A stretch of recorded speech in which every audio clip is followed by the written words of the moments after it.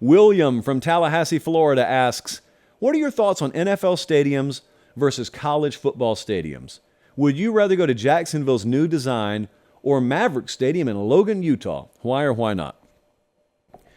Now, even if you haven't listened to me before, but you just know what I'm about, you know what this podcast is about, there's no question here. One of the phrases I despise is, and it's not even close. But in this particular case, my answer is, give me the college football stadium, and it's not even close. And I don't really care if it's one of the more rundown, dumpy college football stadiums versus one of the newest, most immaculate NFL stadiums. I like the wear and tear of college football stadiums. I like the antiquated, old look of college football stadiums. We're showing LSU right now. If you were in the studio right now with me, you could see we showed Bryant-Denny Stadium. A lot of these places I've been to like a dozen times. What's funny is when you walk in some of these older stadiums, Penn State's a good example, you can see the years that the updates were made. You'll be walking through portions of some of these venues, and there's architecture that was built in the 1940s, and then you walk 10 feet over, and there's architecture that was built in 2003, and it's like a little erector set. It's like a Lego set. Just different parts were built at different times. I love that. I've also told you many times what I do when I get to a venue I've never been to before is I'll get there really early because we can get in there early, sometimes even the night before. I did this at Autzen Stadium last year in Oregon. I had them take me over there the night before, and I walked the entire venue. Pretty old stadium. And I love going up and down the tunnels. I love seeing the locker rooms. I love seeing how hard it is on the opposing team. It's great. It's wonderful. Half of those locker rooms aren't even big enough for them to fit in. Home field advantage is real in college football. I think there are less amenities in a college football stadium, which is a good thing. It forces you to focus on the game. It also filters out the wine and cheese crowd a little bit. And in the NFL, they want to attract that crowd because those folks pay more money. I get it. I know what the name of the game is. But you know, in Notre Dame Stadium, you're sitting on a bleacher. In the Big House, Ann Arbor, you're sitting on a bleacher unless you pay big, big money. And even if you want to, there aren't a ton of those kind of seats in there. I respect it because that's my kind of folks. I mean, we are the same in that sense.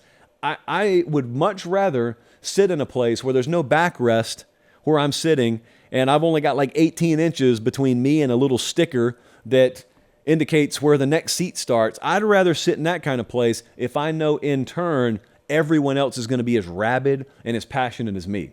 What I don't want is I don't want to pay a little bit less or I don't want to pay a little bit more and have the cushiony chair back and have someone bringing food to me and look over to my left and right and all I have is people just taking pictures of themselves for 3.5 hours and they couldn't even tell you that it's 3rd down and 3 and this conversion could, run out the clock. I'm not interested in that scene. College football, folks are into it.